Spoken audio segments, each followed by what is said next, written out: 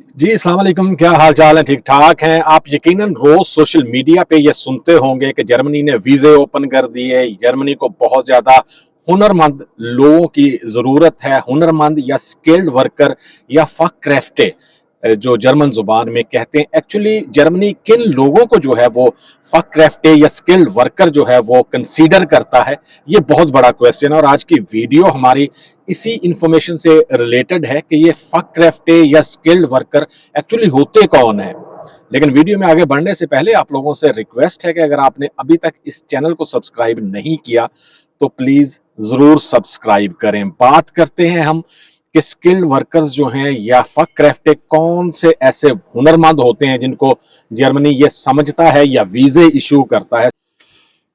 दो किस्म के जो स्किल्ड वर्कर होते हैं यहाँ पे जर्मनी में, एक तो जो अपनी डिग्री कंप्लीट करते हैं और दूसरे जो ऑसबिल्डिंग जो है वो कंप्लीट करते हैं। ये ऑसबिल्डिंग या डिग्री जो है अगर आपने अपने कंट्री में की है तो आपको अपनी डिग्री या डिप्लोमा जो है वो रिकॉग्नाइज करवाना होगा और वो जर्मन स्टैंडर्ड के मुताबिक किस लेवल पर है, तब जाके जो है वो आप एज अ स्किल्ड वर्कर जो यहाँ पे कंसीडर हो सकते हैं। या फिर आपको यहाँ पे ऑस बिल्डिंग करनी पड़ती है और ऑस बिल्डिंग करने के बाद आप एज अ स्किल्ड वर्कर या फक क्राफ्ट जो है वो किसी भी फील्ड में जो है वो जॉब कर सकते हैं। स्टडी के बाद आप जब यहाँ पे स्टडी करते हैं जर्मनी में, उसके बाद जब आप जॉब स्टार्ट करते हैं तो आप एज अ स्किल्ड वर्कर जो है वो जॉब स्टार्ट करते हैं। अब जो लोग डिप्लोमा करके आते हैं, टेक्निकल डिप्लोमा जिनके पास है और जिन्होंने रिकॉग्नाइज करवाया है, वो आर्टिकल 18A के मुताबिक जो है वो फक क्राफ्ट कंसीडर होते हैं। इनकी सैलरी जो है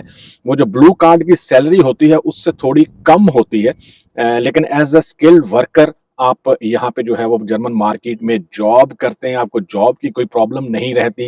लेकिन लैंग्वेज जो है वो बहुत ज़रूरी है। अगर आपके पास लैंग्वेज नहीं है तो फिर आपको जॉब मार्केट में या जिस कंपनी में भी आप जॉब कर रहे हैं, फिर मुश्किलें जो है वो आपके साथ हो सकती हैं।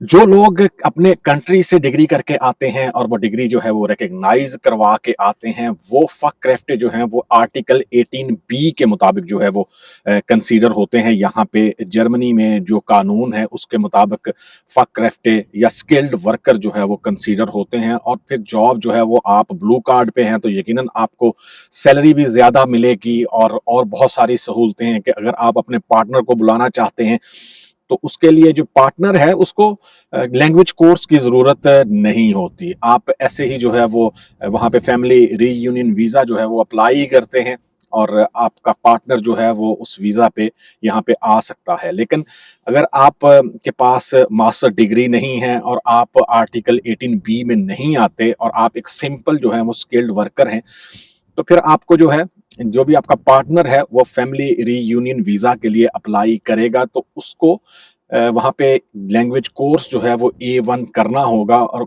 वो कोर्स करने के बाद ही जो है वो फैमिली रीयूनियन वीजा पे जो है वो यहाँ पे आ सकता है। अब मुश्किलें कौन कौन सी पेश आती हैं, आप किसी दूसरे कंट्री से यहाँ पे आना चाहते हैं तो सबसे पहला जो काम आपको करना चाहिए वो लैंग्वेज सीखनी चाहिए। और लैंग्वेज सीखने के साथ आपको जो अपनी डिग्री है वो जरूर रिकॉग्नाइज करवाएं।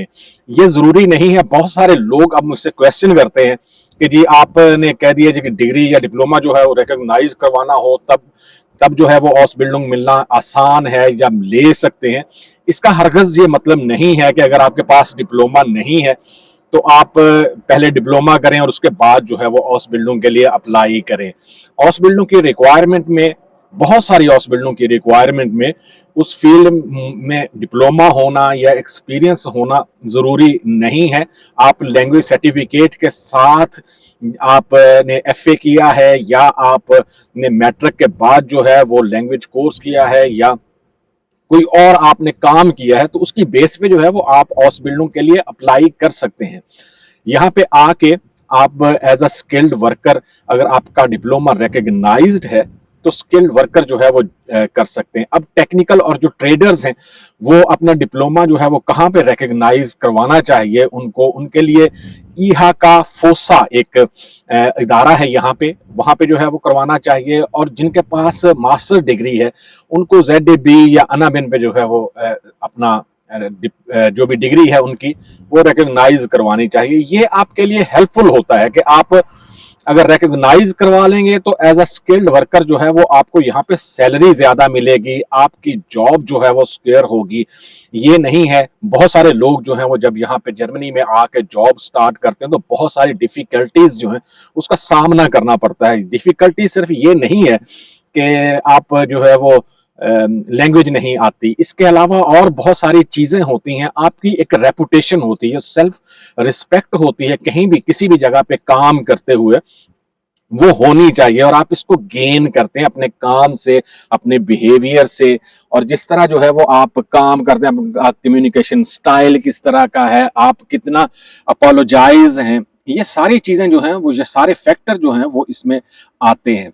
अब सब कुछ करने के बाद भी अगर आप लैंग्वेज आपको नहीं आती तो ये आपके लिए जो है वो बहुत बड़ा इशू बन सकता है। कंपनी में लंबे अरसे तक स्टे करना जो है वो आपके लिए प्रॉब्लम बन सकती है। यहाँ पे कंपनी में लोग जो हैं वो बहुत लंबे अरसे तक जो है वो काम करते हैं। अगर मैं अपनी कंपनी की बात करूं तो इसमें 30 ईयर से भी लोग जो हैं वो काम कर रहे हैं, और इतने लंबे अरसे तक काम करना यकीनन कोई आसान बात नहीं होती। आपको भी अगर लंबे अरसे तक किसी कंपनी में जॉब करनी है तो ये आपके लिए इस तरह जो है वो हेल्पफुल हो सकता है कि आपको पहले से जो है वो जो भी काम आप करना चाहते हैं उसका डिप्लोमा नहीं किया तो उसके बारे में थोड़ा सा एक्सपीरियंस होना चाहिए। आपको यहाँ पे जो बिहेवियर होता है, जो वर्क एटमॉस्फेयर है या वर्क कल्चर है, उसका जो है वो अंदाजा होना चाहिए। इससे रिलेटेड मैं वक्तन फवक्तन वीडियोस जो है वो अपलोड करता हूं, लेकिन शायद लोग इन चीजों को जो है वो अभी इतनी अहमियत नहीं दे पाते जितना मैं समझता हूं कि देनी चाहिए।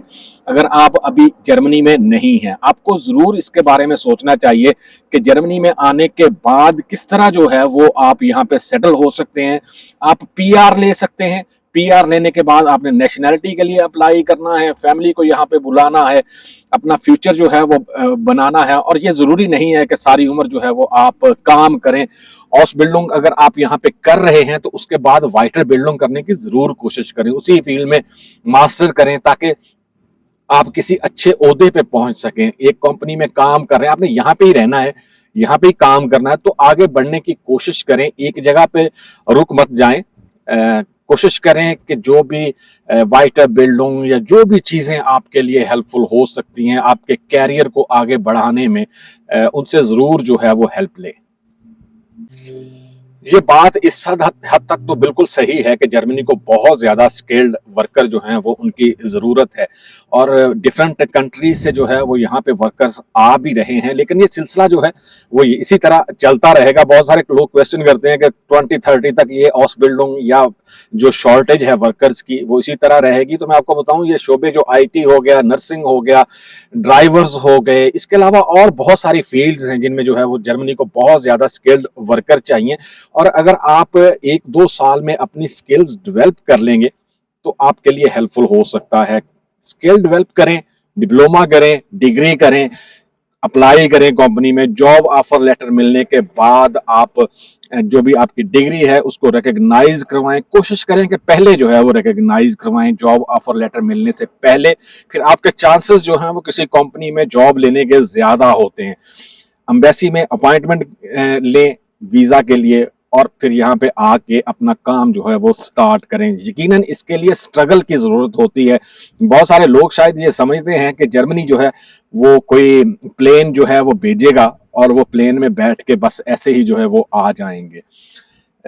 आपको ये सोचना चाहिए कि स्ट्रगल जो है वो जिंदगी में जरूर करनी पड़ती है। हर बंदा जो है वो अपनी स्ट्रगल करने के बाद एक स्टेज पे पहुंचता है। अगर मैं कहूं कि मैं ऐसे ही जो है वो था तो ये बात बिल्कुल जो है वो गलत है। मैंने अपने हिस्से की स्ट्रगल की है और मैं चाहता हूं कि आप लोगों की स्ट्रगल जो है वो इजी हो। ये ना हो कि जिस तरह जो है वो मैंने चीजें सीखी या की हैं वो आपके लिए बेटर होना चाहिए। ये इंफॉर्मेशन शायद आज से 10 साल पहले सोशल मीडिया पे इतनी थी भी नहीं कि लोग इसके बारे में बता सकते, लेकिन अगर आज मैं कोशिश कर रहा हूं बताने की तो आपको ये चीजें जो हैं वो समझनी चाहिए और अमल करना चाहिए ताकि आप एक बेटर लाइफ जो है वो स्टार्ट कर सकें। जहां पे हमें 3 साल 4 साल लगे थे, आप लोगों को 2 साल जो है वो लगने चाहिए। ये थी हमारी आज की वीडियो। मिलेंगे किसी दूसरी वीडियो में। दुआ में जरूर याद रखें। अल्लाह हाफिज।